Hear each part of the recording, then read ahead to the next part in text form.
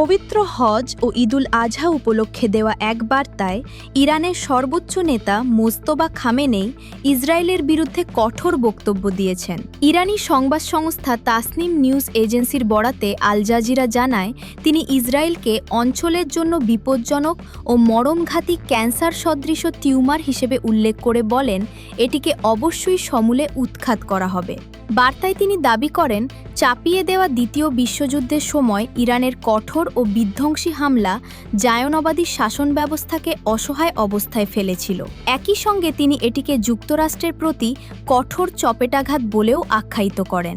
তিনি আরও বলেন, চলতি বছরের হজ মৌসুমে যুক্তরাষ্ট্র ও ইসরায়েলকে বর্জনের আহ্বান বিশেষ গুরুত্ব পেয়েছে। তার ভাষায়, আমেরিকার ধ্বংস হোক এবং ইসরায়েলের ধ্বংস হোক, এই স্লোগানগুলো মুসলিম উম্মাহর অন্যতম প্রধান স্লোগানে পরিণত হবে।